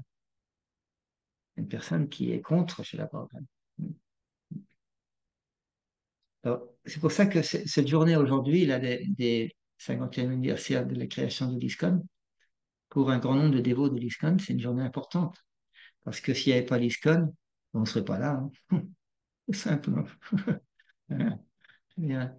Et on n'aurait pas tous ces livres-là, on n'aurait pas tous ces centres-là, on n'aurait pas toutes cette possibilité d'association comme ça qu'on a ici. Et on serait un peu euh, perdu avec notre mental, hein, je veux dire, en gros. Hein. C'est pour ça que quand on parle de protection dans l'ISKCON, vous voyez, on a protection à 2 niveaux. On a protection au niveau de la philosophie, avec les 7 statuts de l'ISKCON. Protection au niveau de la philosophie. Et après, on peut avoir une protection dans le Varnashram Dharma, suivant sa nature personnelle. Vamana, Kshatriya, Vaishya, Shudra, homme, femme, tout ça, on a une protection localisée, on pourrait dire, personnalisée. Mais ce qui protège les dévots de l'ISKCON, c'est les 7 statuts. Et si par exemple nous-mêmes, on est dans une situation où on se sent un peu mal compris, exploité, euh, ou un problème, eh bien, on peut trouver une solution avec ces statuts-là. C'est pour ça qu'avant c'est important, avant de coopérer, il faut savoir communiquer, bien entendu, trouver une certaine communication. Par exemple, on peut discuter de ces 7 statuts en petits groupes, comment les gens le comprennent, comment on peut mieux l'appliquer, ou comment on peut commencer à l'appliquer. Ça, par exemple, je dis, toi, créer un esprit communautaire. Tu vois que ça semble, hein, c'est important, mais il semble que ça soit difficile pour certaines personnes. Oui, Hein, effectivement. hein. Si, Alors, s'il faut donner une analogie là simple, pour pouvoir pratiquer ou utiliser un produit, on a en général une notice oui, oui, d'utilisation. oui, Et là, on a la notice, ce que c'est l'ISKCON, mais c'est le même niveau d'information pour comment mettre en pratique ces 7 buts qui, qui fait défaut. Ou Oui, alors, ou alors, en poussant le raisonnement un peu plus loin, est-ce que ces gens-là, ils ont la, comment dire, ils ont les responsables. Est-ce que ce sont des bons responsables? C'est des gens qui ont bien compris les 7 missions, oui, les 7 buts, pour pouvoir les généraliser avec une équipe euh, pour les faire appliquer. Des fois, c'est vrai, on peut dire soi-même tout seul, on a peut-être du mal, mais il faut qu'on soit entouré, il faut qu'on soit encadré. oui. Et c'est pour ça que ça rejoint ces quatre mouvements de l'ISKCON. Dans le mouvement Hare Krishna, tout le monde est d'accord pour chanter avec Krishna et distribuer des livres. Tout le monde est d'accord. Tout le monde est d'accord pour avoir des temples. Tout le monde est d'accord pour avoir des initiations. Mais tout le monde n'est pas d'accord sur le quatrième mouvement, c'est-à-dire le Varnashram Dharma. C'est là qu'intervient la chose. Et comme la plupart des dévots, ils sont pas dans les temples, ils distribuent pas beaucoup de livres eux-mêmes, ils font pas beaucoup Haridam, ils ont pas, ils ont, ils se retrouvent, il reste que le Varnashram Dharma. Et si on met pas de Varnashram Dharma, si on n'accepte pas le Varnashram Dharma, il reste rien du tout. On est tout seul dans son coin, je veux dire. Et Donc ça veut ben dire qu'il voilà, manque il manque le quatrième patte, en fait, de la vache. oui, c'est ça. Il manque ça. Et ce quatrième étape, c'est pour la majorité des gens. Par exemple, 99% des dévots. C'est pas la minorité, hein. Et si on inclut dans notre vie, on commence à s'intéresser au Varnashram Dharma, on inclut ça avec les statuts, c'est facile de comprendre. Ben voilà, moi j'en suis là. Il y en a qui propagent en première ligne, moi je propage en deuxième ligne, en troisième ligne. Hein. Il y en a qui veulent, mettons, pour vivre ensemble, bah oui, il y a des dévots qui sont plus, mettons, qui adorent les mortiers. Il y en a d'autres qui vont plus l'agriculture, il y en a qui sont dans la cuisine, il y en a qui font le ménage. Il faut de tout dans une organisation, on va dire, hein. Alors, le Donc Varnashram c'est tous Dharma le même but. répond comme étant le quatrième point de ce qu'a demandé chez la Prabhupada avant de créer l'ISKCON. Faut oublier ça, hein. Avant de créer l'ISKCON déjà. Il y avait déjà cette vision. Oui, les acharyas, ils ont la vision parfaite. Et nous, on n'a pas à développer une vision parfaite, on a à suivre la vision parfaite de quelqu'un qui est parfait. On a que ça à faire, on n'a pas grand-chose à faire dans un certain sens. On n'a plus rien à inventer, là, il faut appliquer. Non? Oui, oui, oui. C'est comme quand on joint une association qui a déjà été créée. Bien, les statuts sont là, on les lit, on les signe, puis après on est membre. C'est tout. Il n'y a rien de plus. Hein. Rien. Alors, c'est pour ça que c'est essentiel pour nous d'être un membre qui sait ce que ça veut dire l'ISKCON, qui connaît les statuts qu'a donné chez la Prabhupada. Ah oui. Et si on n'est pas comme ça, on va être un membre un peu sujet à des turbulences. Bien entendu, les leaders, tous ceux qui ont une position de leader, c'est-à-dire, doivent bien sûr avoir assimilé ces 7 buts de l'ISKCON, bien entendu.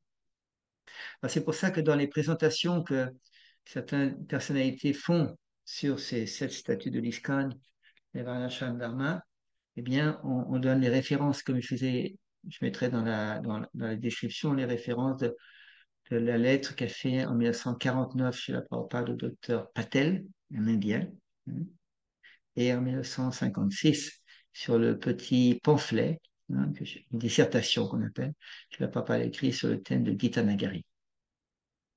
Parce que ces deux choses-là sont essentielles à la mission de Srila Prabhupada, parce qu'il décrit à l'avance sa vision. Il essaie de faire appliquer par l'association, la Ligue des dévots, hein, aussi aux États-Unis. Après, ça marche pas trop. Après, il vient aux États-Unis. Et là, dès qu'il arrive aux États-Unis, il crée l'ISCON avec des gens qui n'étaient pas tellement compétents, des jeunes qui étaient là, hein. Mais il crée ça avec les statuts. Et après, il crée un système pour faire appliquer les statuts, c'est-à-dire le GBC, hein. Puis après, il crée l'Institut Bhaktivedanta pour prêcher aux scientifiques. Après, il crée le BBT pour que les livres, tout ça, que ça soit bien géré, hein. Et il prêche dans le monde entier en une dizaine d'années en traduisant beaucoup de livres. Et à la fin de sa vie, il a dit qu'il a fait que 50%. Et c'est pour ça que les disciples de Srila Prabhupada et les disciples de Srila Prabhupada, qui sont sincères, ils vont pratiquer ce que Srila Prabhupada a déjà fait et ils vont contribuer de la manière qu'ils peuvent à, euh, à développer le quatrième, les 50% qui manquent, c'est-à-dire le Varnashram. Donc ça, c'est assez facile de voir la mission de Srila Prabhupada, la vision de Srila Prabhupada, le résultat de Srila Prabhupada. Et nous, on peut trouver notre place dans ces systèmes-là, en tant que membre actif du mouvement Hare Krishna, qui suit les 7 statuts, et trouver notre place dans le Varnashram Dharma. Et en même temps, ça se suit avec des dévots qui nous encouragent, qui nous aident, qui nous inspirent à aller sur la pure bhakti. C'est complet et c'est parfait. Et il y a de la place pour tout le monde. Et il n'y a pas de chômage.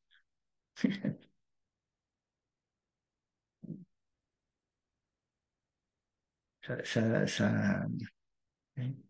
Et c'est évident, moi je vois, j'expérimente aussi que tous les dévots qui veulent prêcher la conscience de Krishna, distribuer des défis Harinam, avec les temples, tout ça, et s'ils n'inclusent pas le quatrième mouvement, le Varnashram Dharma, le résultat, il est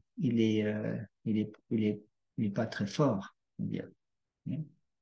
Et leurs disciples ou leurs suivants, souvent, sont un peu manque d'harmonie.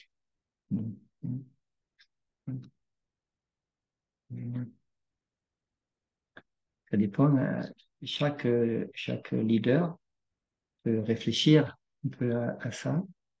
Et après, euh, s'il n'a pas tout compris, bah, il faut qu'il se fasse aider, hein. Pas compliqué, hein. Être leader, ça ne veut pas dire qu'on a tout compris. Être leader, ça veut dire qu'on a une position pour aider d'autres personnes à avancer spirituellement ou à gérer quelque chose, un programme. Mais je ne la parle pas dans ses livres. Il explique que le but de la vie, c'est de développer l'amour de Krishna. C'est pas d'être un leader, le but de la vie, c'est de développer l'amour de Krishna. Et en même temps, que, comme ce statut-là, c'est pour les membres, individuellement, les membres du mouvement de Krishna, la société en général, eh bien, il faut trouver des idées pour que tout le monde avance spirituellement. C'est un programme ambitieux, hein, hein. Le monde entier, il a, enfin, si on propage systématiquement la connaissance spirituelle dans tous ses aspects, c'est-à-dire pure bhakti et Varnashram Dharma, eh bien, on va rééquilibrer les valeurs de la vie. On va pouvoir établir une véritable paix et unité dans le monde. Une véritable paix, pas une fausse paix, hein. Je ne sais pas si vous avez remarqué vous-même, quelquefois, on peut être un peu paisible comme ça, mais elle n'est pas toujours véritable, notre paix. Il y a besoin d'approfondissement. Et avec les livres de Srila Prabhupada, c'est parfait. Parfait. Il n'y a rien qui est laissé au hasard.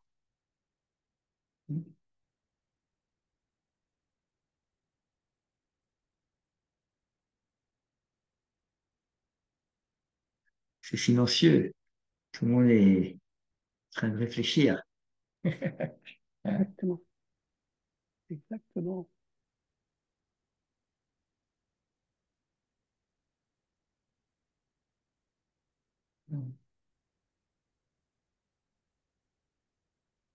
Disons, dans un certain sens, pour nous aider à à mieux assimiler ces points-là, on a dans la Bhagavad Gita des versets. Par exemple, 4 Chaturvanya Mahasristam dit que Krishna il a créé les 4 divisions de la société en fonction des 3 Bouddhas. On a des versets comme ça. Après, on a des versets comme Sarvadhamma Parijatya, laisse à toute forme de religion et abandonne-toi à moi, dit Krishna. 1866. On a des versets comme ça. Hein. Maintenant, on a Arjuna. Lui, il a écouté tous ces versets. Hein. Il était en première ligne avec Krishna avant la bataille de Kurukshetra. Et lui, c'était un kshatriya, marié, hein, et qui voulait abandonner son devoir de kshatriya. Et Krishna, il le pousse à combattre. Il dit, si tu ne combats pas, ouais, t'es quelqu'un qui est pas véritablement un arya, tu vois. Il dit ça, hein, dans le deuxième chapitre. Il l'encourage à combattre. Lève-toi et combat, il le dit plusieurs fois dans la Gita. Et après, que Arjuna, il est prêt à faire, il fait son devoir, après Krishna lui donne plus de connaissances spirituelles. Le Jnana Yoga, chapitre 4. Après, c'est un Yoga. Puis après, on arrive au Bhakti Yoga. Et la dernière partie de la Bhagavad Gita, chapitre 13 à 18, comment appliquer ce Bhakti Yoga avec les gunas qu'on a, les natures divines et démoniaques. C'est pas évident, ça. Et à la fin, le 10e chapitre, il dit, laisse toute sorte de religion, abandonne-toi à moi. Alors pourquoi Krishna ne dit pas ce verset, laisse toute sorte de religion, pourquoi il ne dit pas tout de suite à Arjuna? Ça serait plus simple. Parce qu'il n'est pas préparé, les Arjuns dans la vie aujourd'hui, sinon nous tous. Oui, On n'a pas la connaissance pour pouvoir accepter que l'être suprême, c'est Dieu. On n'aura pas de faute si on combat, si on tue nos frères et sœurs. Voilà. Arjuna, il était attaché au corps, l'attachement aux activités pécheresses. Et quand il a eu l'enseignement, et après, à un moment donné, il dit à Krishna, OK, mais je t'accepte comme, comme maître spirituel, je deviens ton disciple. Enseigne-moi, quelle est la meilleure voie à suivre. oui, Donc là, il y a soumission, il y a acceptation qu'il y a un qui détient la connaissance suprême, le savoir suprême, et on s'en remet à lui. oui. Voilà. C'est à Et, ce et, moment-là, et, et quand tous les gens, et ensuite, quand on voit le comportement et il agit et il combat, suivant les instructions du suprême, c'est qu'à la fin, on dit, OK, ben, le résultat, ça va être à la hauteur de ce que tu as fait et je vais te délivrer. oui, Voilà. c'est ça. C'est un C'est-à-dire processus que au le final. premier enseignement que donne Krishna, c'est qu'on n'est pas le corps, on est une âme spirituelle, mais il lui demande de combattre en tant que kshatriya. C'est son devoir. C'est-à-dire qu'il demande de faire son devoir, suivant sa nature. Hein. Et après, petit à petit, à la fin, Krishna il combat son service de dévotion à Arjuna. Arjuna combat, pardon. Son service de dévotion à Arjuna, c'est de combattre pour Krishna. Il n'est pas en train de chanter ses tours, Arjuna. Ah ben non, Il combat pas pour du tout. Krishna. Il combat pour Krishna, suivant sa nature. Et j'écoutais une classe, disons, ce matin de Srila Prabhupada sur justement le premier chapitre de la Gita. Il disait, oui, le dévot, c'est pas un faible. Si un dévot, il est kshatriya comme Arjuna, il doit combattre. Chacun a des qualifications. Mais un dévot, c'est pas Et quelqu'un des qui est combats, il y en a faible beaucoup chaque d'esprit, jour. non. Hein. Ah oui. Et des combats, il y en a chaque jour. Hein. Alors, maintenant, combattre pour la juste cause. Là, Arjuna, il combat parce que c'est Krishna qui lui demande. Disons, parfait. De la même manière, si la Charya, qui donne le même enseignement que Krishna, Michel Prabhupada, s'il nous demande de combattre, s'il nous demande de, de suivre ses enseignements, de suivre ses statuts, on n'a pas d'autre choix que de suivre ses statuts. Il n'y a pas d'autre choix. Et ça peut être aussi difficile que de combattre sur un champ de bataille. Exactement. Hein? Exactement. Et- et- alors, justement, c'est à nous de trouver des moyens. Déjà, en discuter, c'est déjà pas mal. Au moins, on est un peu plus, euh, on comprend mieux, hein. Trouver des moyens pour qu'on puisse appliquer ça dans notre vie ou dans le pays ou la région qu'on habite et dans le mouvement Hare Krishna dans lequel on est. Et comme ces statuts sont pour le monde entier, même quelqu'un qui n'est pas dans le mouvement Hare Krishna ou qui n'est pas initié dans le mouvement Hare Krishna, il peut bénéficier de cette statut de l'ISKCON. Et oui, c'est c'est- c'est une, c'est une opportunité qu'on a. Hein. Hein. Oui, parce que si, mettons, on étudie les livres, la Gita, Srimad Bhagavatam, donc ça c'est bien. Mais si on connaît euh, les, les, le but de celui qui a traduit la Bhagavad Gita, le Bhagavatam, si on connaît les buts, on va pouvoir avoir une étude beaucoup plus efficace. On va pouvoir relier ce que dit Srila Prabhupada dans ses écrits par rapport au statut.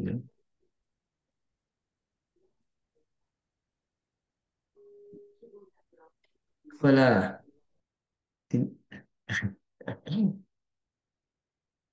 Est-ce qu'il y a des points importants avant de conclure là, des points, des réalisations, des questions, des arguments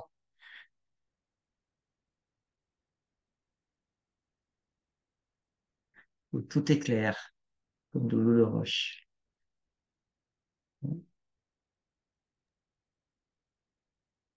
Bon, pour moi, c'est clair, hein. Ah ouais.